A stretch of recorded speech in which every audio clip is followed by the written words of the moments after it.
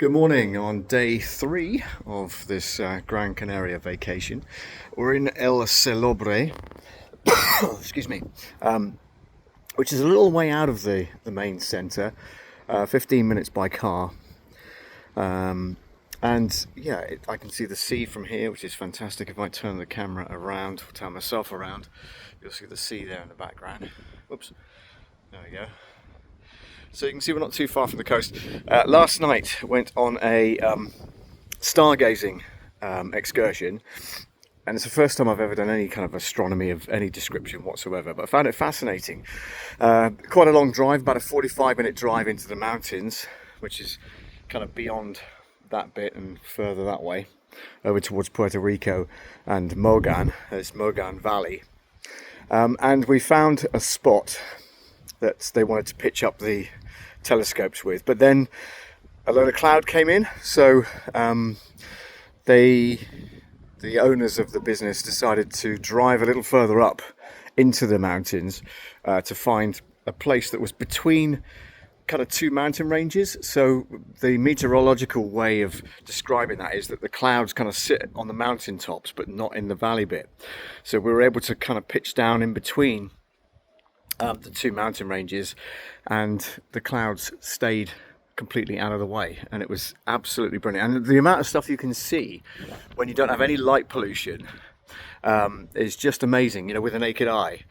Just that you look up and the sky is absolutely teeming with stars, and as we discovered, also planets as well, that you can see with the naked eye. And then when you get a zoomed in version of that, 200 times magnification on a telescope, it's just completely breathtaking.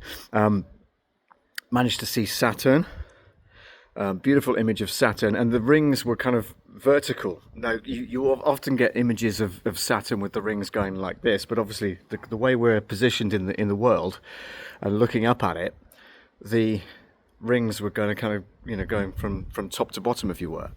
And the rings apparently are about 10 kilometers in depth. So to actually see those from Earth was quite spectacular.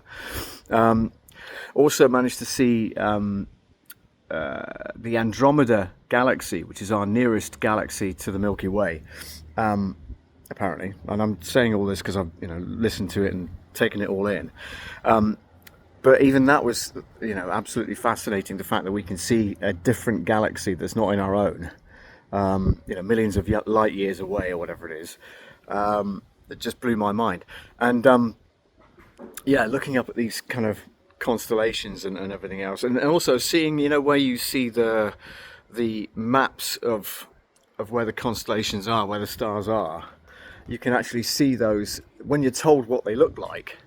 Then you can see those in the night sky. It's just amazing. So I thoroughly recommend it. If you ever get the chance to go on a stargazing tour of any description, then So shout out to Stargazing GC, I'm sure it was, or GC Stargazing for Gran Canaria. Camelo and his friend, whose name escapes me, I'm so sorry. But a group of us, about 12 people in total, went in 2 vans up to the mountains to go and see the stars. So it was absolutely fantastic. It's about, what time is it now? Can't see the clock from here.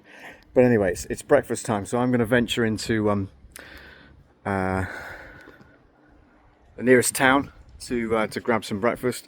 But hope to catch you later on. Thanks for watching.